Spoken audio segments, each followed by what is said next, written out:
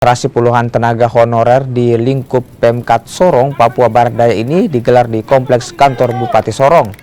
Dalam aksinya, mereka bakar dan memblokade jalan masuk ke kantor Bupati. Puluhan tenaga honorer ini meminta agar mereka dan lebih dari 1.000 honorer lainnya di Sorong bisa diangkat jadi PNS. Apalagi sebagian besar dari mereka telah mengabdi hingga puluhan tahun.